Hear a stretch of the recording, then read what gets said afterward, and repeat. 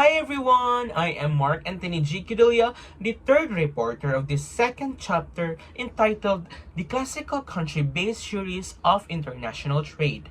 So our first reporter have discussed the international trade theories, while our second reporter have discussed the concept of mercantilism.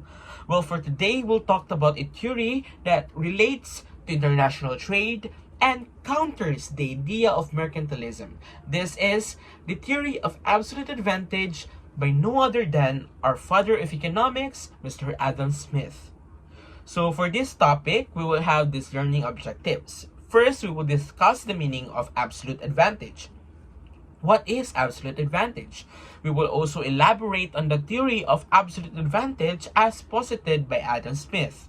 We will also explain what is capitalism, and we will discuss the one of the idea of Adam Smith, which is the division of labor, and how it led to specialization, efficiency, productivity, and economic development.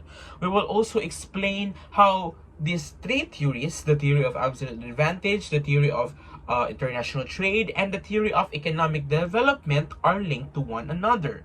And we will elucidate on the event for surplus theory. We'll start our third topic with the definition of absolute advantage. So I'll present you three definitions of absolute advantage.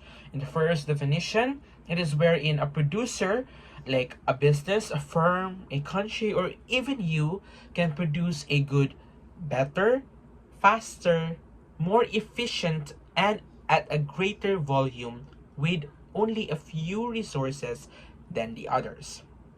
In the second definition, it is a definition found in chapter 1 where it states that absolute advantage is an inherent ability to produce specific goods efficiently, effectively, at relatively lower marginal costs, lesser workforce, lesser time, and lesser costs without compromising the quality. Lastly, it is a comparative term used in comparing the output capacity of a country, a business, or an individual in relation to another similar entity. So, if you take a look at definition 1, it emphasizes on producing the good efficiently, better, and faster. And when you produce the good, it must be a greater volume using only a fewer resources than the other. So with definition 1, it connects with the third definition, which is that absolute advantage is used as a comparing tool or a comparative term. So what do they compare? They compare the output capacity, which in the first definition talks about the production, while in the second definition it emphasizes the lower marginal costs and the lesser resources needed to produce it, and without compromising the quality. That is very important. So if you take it all in, you can say that absolute advantage, it is a comparing tool to compare producers in how efficient, how fast, how better they are in producing the good with only using lower marginal costs and lesser resources than others at a greater volume or the same quantity.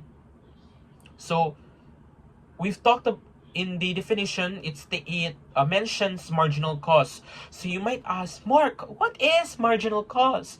Well, marginal cost, it is the cost incurred in producing an additional unit of a product. So let's say that you own a baking company.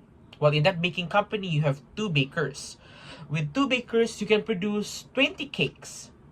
Then later on, you decided that you want to hire a third baker as you feel that you need it because your company is growing. Well, when you hire the third baker, it results to only 30 cakes. So you infer that with an additional baker, you have 10 units being added in the output. So the hiring of the third baker, that is your marginal cost. So as we know that marginal cost is computed by dividing the change of cost over the change of quantity.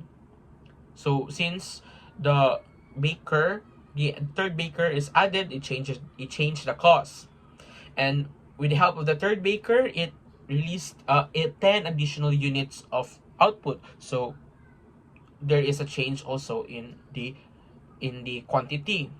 So in absolute advantage, it talks about having a country that have more resources than the other country in producing that product. So we also talk about in baking. So let's say that you are specializing in, you have an absolute advantage in empanada. Why do you have an absolute advantage in empanada than other baking company there is in your city or in the country? Why? Because maybe maybe because you have a farm that supplies what you need in empanada, and when you have your own farm or your own supply, you have lesser costs, or you have lesser costs in producing empanadas in comparing to, like, for example, a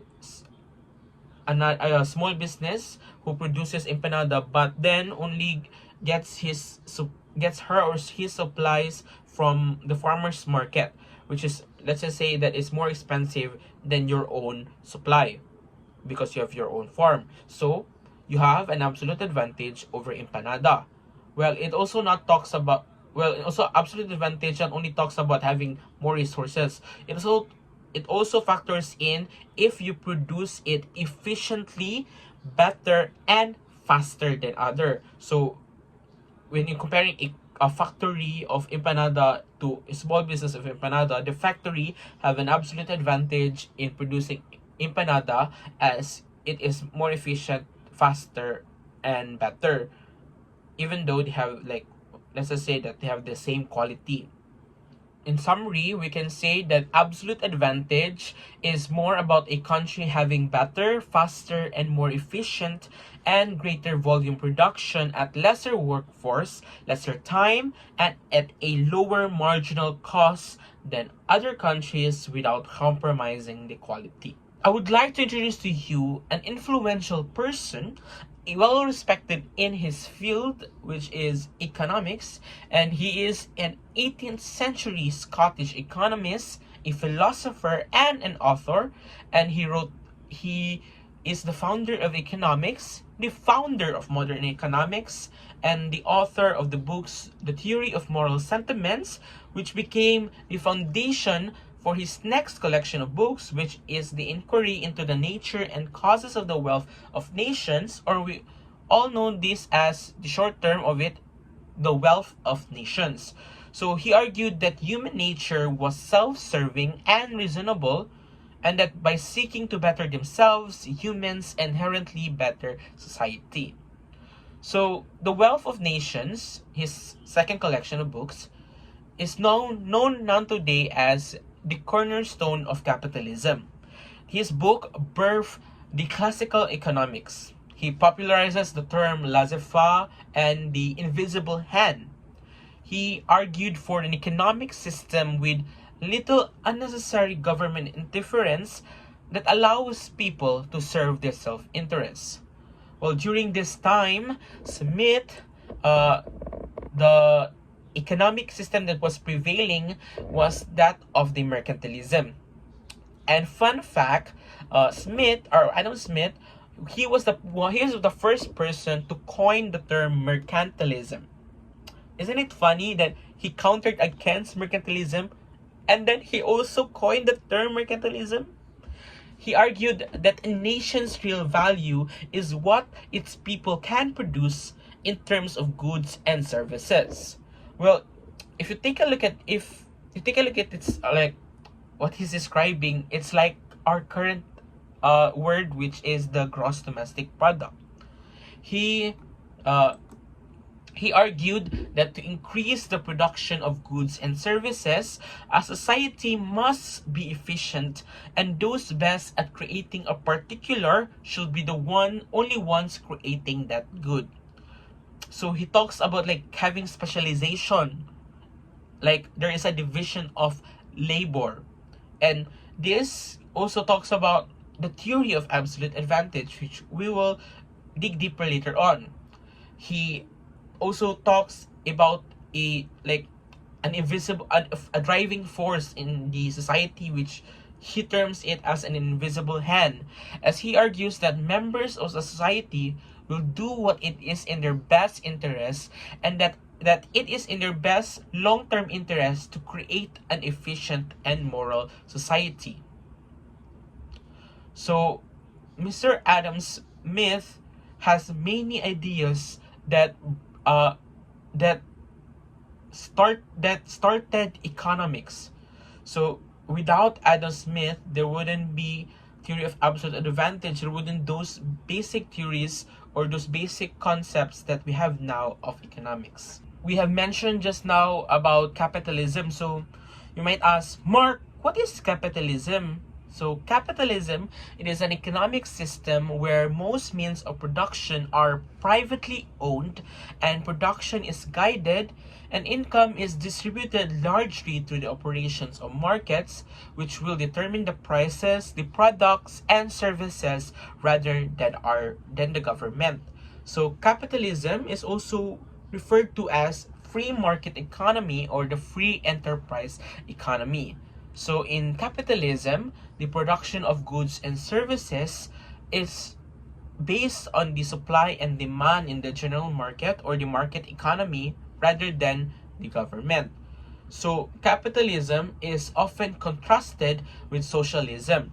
It is the dominant world economic system, although it often isn't pure in form.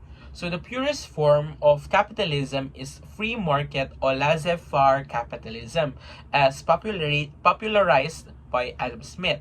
So the term, the laissez-faire. So here, private individuals are unrestrained and they determine where to invest, what to produce or sell, or at which prices to exchange the goods and services. So the laissez-faire marketplace operates without checks or controls. So in a capitalist or in a capitalist society or in capitalism, economic planning it occurs in decentralized, competitive, and volume decisions rather than it being centralized political methods like the socialism or the feudalism. Capitalism emerged as a result of the appearance of the physiocrats, which we will talk about it later, in France after 750, and it also emerged because of the devastating impact that the ideas of our father of economics, Adam Smith, which his principles and how he countered mercantilism. So most countries practice a mixed capitalist system, which includes some degrees of government regulations in businesses and also some extent of public ownership in select industries. Remember, in capitalism, it highlighted the word privately owned. So when there is like public ownerships, like maybe it's like a mixed capitalism. And also capitalism developed out of feudalism and mercantilism. Capitalism comes after mercantilism and feudalism. Like just what I've talked before, like mercantilism was the big economic system that they would use. And later on, it was crushed by uh by physiocrats, by Adam Smith. That's why capitalism was born. Capitalism has its pros and its cons. So its one pro is that it is more efficient in allocating the capital resources. So the labor and means of productions follow capital in the system as because supply follows demand. Also, competition leads to lower consumer prices. In capitalism, capitalists are in competition against one another. So they innovate, they find ways to lower costs or lower labor, and etc. And with that, there is lower prices for consumers to buy, or lower prices so that consumers could afford it. And also, there will be a great increase of the wage and the standards of living of people. Because when there are more production, there are more opportunity for people to work. And when there are more opportunity for people to work, their standard of living is high. They will be able to afford necessities or their enjoyment. And uh, capitalism also spurs innovation and invention, because when you're competing against another person, you really want to stand out. And its cons, that it creates an inherent class between the capital and the labor. So there will be a big gap against people who owns the capital, like the rich and the poor. Like usually the poor works for the rich. That's why there is a conflict between the two. And then there's also a gap. That's the other con. Like there's a gap and there are social inequalities, because the rich may have a greater standard of living than the poor. And when I refer to the rich, they are those capitalists, the owner of the capital. And then it incentivize corruption and crony capitalism in the pursuit of profit.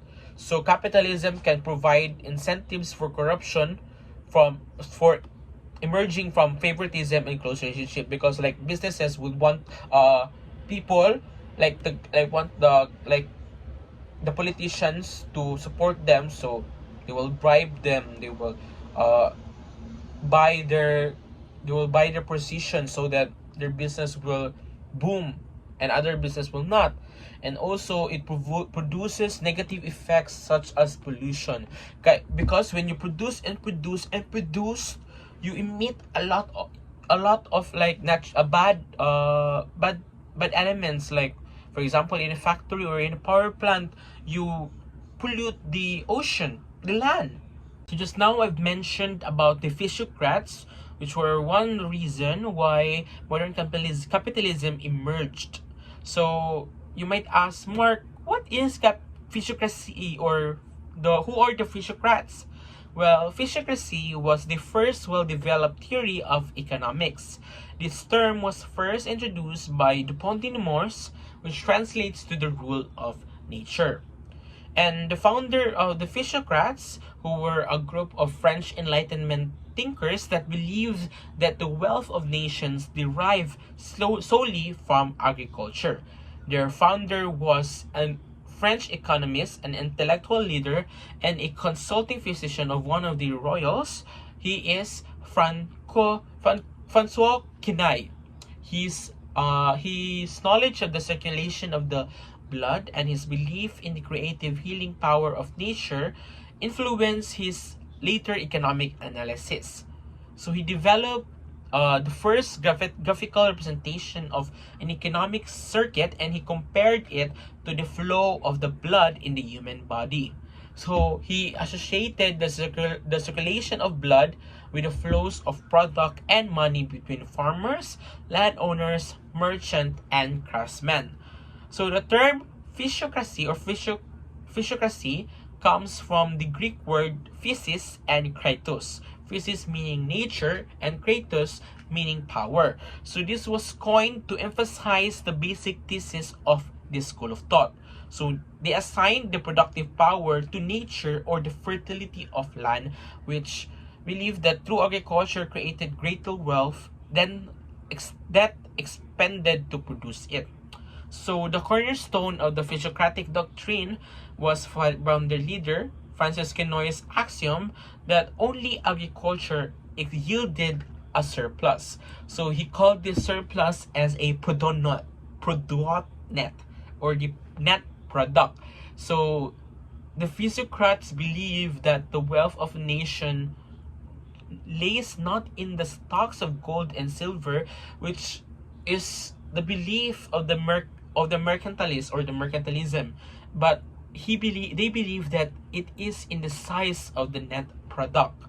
But it was the identification of the net product only in agriculture.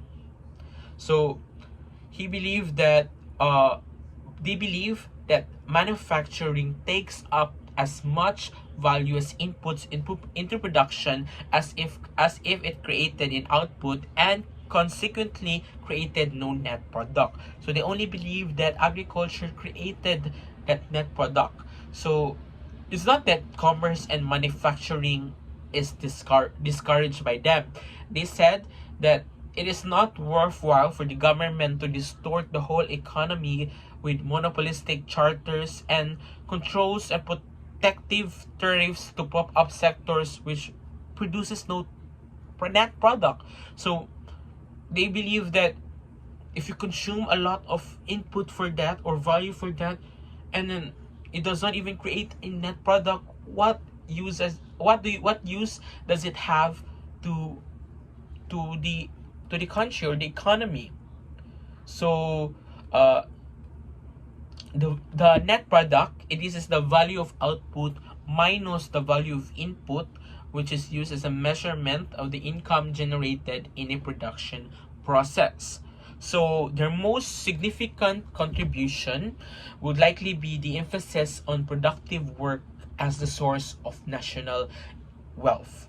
Mr. Adam Smith had a lot of ideas, and his ideas represented more than just the first systematic treatise on economics, as they were a frontal attack on mercantilism.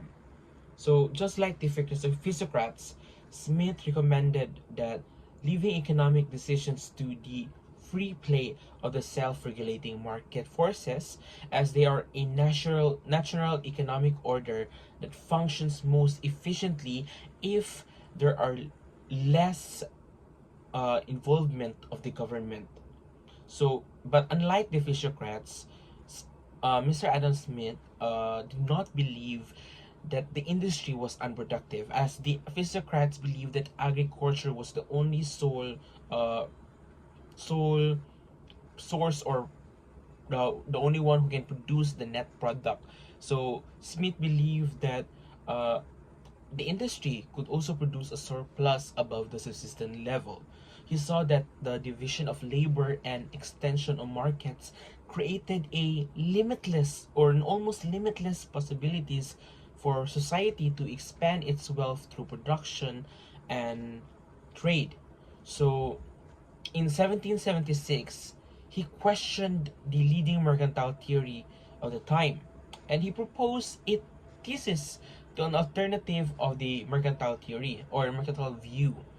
He uh, he opposed this favored strict government control on international trade and the reliance on the principle that countries should produce as much of everything as possible. His view became the theory of absolute advantage, and this was the most dominant trade theory not until David Ricardo has developed his own theory, which is the theory of the comparative advantage. So, absolute advantage, or the theory of absolute advantage, focuses on the ability of a country to produce more a product more efficiently and effectively than another country. He believed that trade between countries should not be regulated or restricted by the government policy or intervention, as he believed that trade should flow naturally according to market forces. He believed that if a certain country could produce a product cheaper or more efficiently than another country, then they should specialize in producing that product. So he argued that in order for a country or a person or a business to become more rich or become rich, they should specialize in producing a good or a service in which they have the absolute advantage too, and that they should engage in free trade with other country to sell that good. So they believe that countries' resources would be utilized in best or the most possible way in production of goods and services in which the country has the productivity advantage compared with the other countries, and with that their national wealth would be maximized. So theory of absolute advantage in international trade evolved as a strong reaction to the restrictive and protectionist mercantilist views on international trade. So, with absolute advantage, engaging in other nations with having like this specialization and division of labor. So with that, your labor force will become more skilled because you will only produce that same product over and over again with the same task, and when time to time, you would find ways to produce that product more efficiently. So Smith's theory reasoned that with increased efficiencies, countries would benefit and trade would be encouraged. So he stated that a nation's wealth should not be judged by how much gold and silver it has, which is by the mercantilist view, but rather by the living standards of its people. So absolute cost advantage results from the specialization of labor proposed by Smith in his theory. Specialization of labor or division of labor results in a significantly high productivity per unit of labor and in turn a lower cost of production. Smith also used the concept of economies of scale to explain the lowering of the production costs as a higher output due to labor diversification, which would significantly reduce the production costs. He also theorized that absolute advantage in different commodities would help them gain simultaneously through exports and imports, making the unrestricted international trade even more important in the global economic framework. He used the concept of absolute advantage to explain the gains that you would get from free trade in the international market. He upheld in his theory that the necessity of free trade as the only sound guarantee for a progressive expansion of trade and increased prosperity of nation. He believed that free trade promotes division of labor through specialization in the production and exchange of such commodities. So in case of which they command some absolute advantage. So he tried to show that not only the single merchants would benefit from this, but the society as a whole would benefit from international trade, as international trade exploits the quantitative and qualitative benefits of an extended division of labor. Other nation that you will have a trade with would specialize in a different product, a product that you might really need. So like you import what you don't have an absolute advantage with, because if you produce that product, it will cost you a lot of resources. But then if you import it from that country who specialize it or who has an absolute advantage for it, then you would buy it at a lower cost, and then you would export what you have absolute advantage with because you have a surplus for that product. So he connects international trade to his ideas of division of labor. So if trade with another nation is established, there is an extension of division of labor. Then the division of labor will be bigger because you're trading in the international market rather than only trading in the domestic market. So there is an advantage to it to the nation because the enhanced division of labor, as I say, leads to specialization, and then there is an increase in the exchangeable value of the annual produce of the land and labor of the country. So this would really show that the real wealth of the nation and its population would increase because of this. In absolute advantage, there are criticisms for it. So the absolute advantage assumed that only bilateral trade could take place between nations and that only two commodities that are to be exchanged. So this assumption was significantly challenged when the trade as well as the needs of nations started to increase. the theory did not take into account the multilateral trade that could take place between countries. It only took into account the trade between two countries rather than the trade between a lot of countries. This also assumed that free trade exists between nations and did not take into account the protectionist measures that are adopted by different countries. These measures included quantitative restrictions, technical barriers to trade, and restrictions and trade on account of environmental protection or public policy. And Ricardo, the one who created the comparative advantage, also criticized the, the absolute advantage theory. Well, Smith also advocated that a country's future income depends upon capital accumulations. That the countries that prosper are those that grow their capital and manage it well and protect it. This is the same idea in the by Sir William Petty when he said that expanded reproduction is conditional on capital accumulation. So Adam Smith emphasizes on the specialization on the basis of absolute cost advantage that would lead to maximization of world production. So in the book of Adam Smith, he stated this doctrine, which he called the vent for surplus doctrine. In the vent for surplus doctrine, it is where when you have a surplus of a product, like there is a demand for it but not too much, so you will have a surplus of the product that you've created, and then with this surplus you trade it with someone that needs it, and then you take in you when you were done trading with that person, you have something that you need or you are in demand of. So it is like from the word vent, like somewhere where you can give this surplus and in return you have something that you need. There is like an exchange of needs. You give what they need and you give what they need and they give what you need.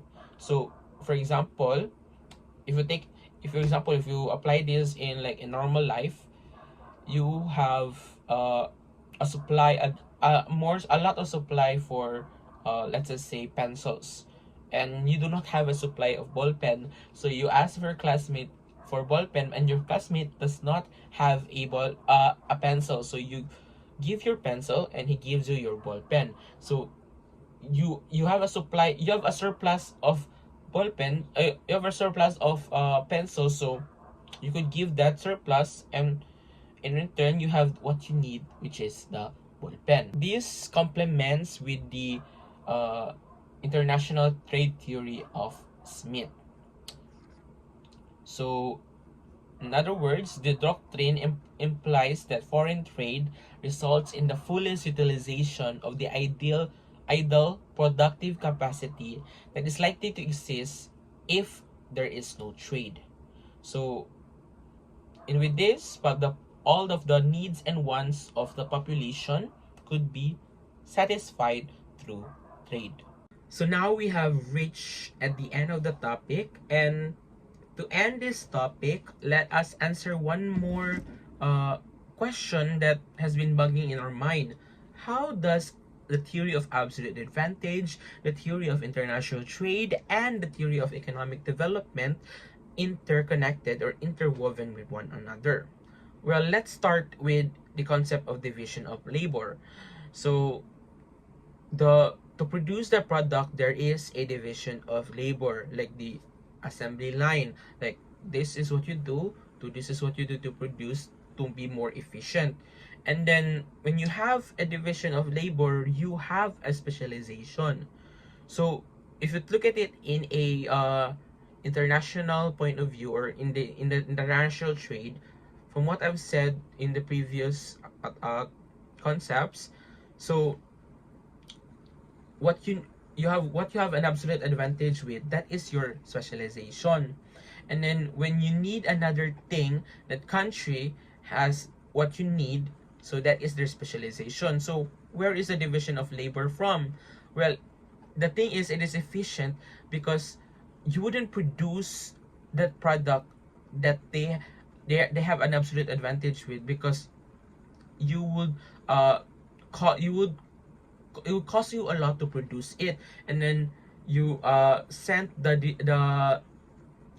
production, the production is on another country. So like there is a division of labor. Instead of you producing it, another country is producing it, and then now you have your specialization. With specialization, you do it multiple times, and then you remember it, you find ways to be efficient with it. And when you're efficient, or when you're better in producing faster, there is productivity. And when there is productivity, you would produce a lot of product or good. And when you produce a lot of good, this would bring income to the nation, or to the country, or to the business that you have. So as we all know, that the absolute advantage theory bases its uh, wealth uh, on the product, or the amount of product that they, or the net product that they produced. So with when you increase in your nation's wealth, you would increase on the living standards of its people. So that's what Smith believed, that the wealth of the nation should not be based on the gold and the silver, but should be based on your living standard as a person. So when you have an increased nation's wealth, you will invest in a lot of things, like in health, in the industry, in education. And with these investments from businessmen, the country, from you would have a great economic development. And not just that, with trade too, you can transfer knowledge and technology that you might not have. So when you trade with other people, you get what they have, or what you learn, what they know, and then you apply it to your own country. You would increase productivity, which would increase nation's wealth, and then will lead to economic development. So these three theories are interwoven with one another. If there is no international trade, there wouldn't be thing to be compared to. There wouldn't be countries to compare to, as you wouldn't trade with anyone. You would only trade within. And then when there is no trading, or no absolute advantage, no trading, there wouldn't be economic development. Your economy would not flourish. Thank you for taking the time to listen to my discussion, and see you when I see you. Bye!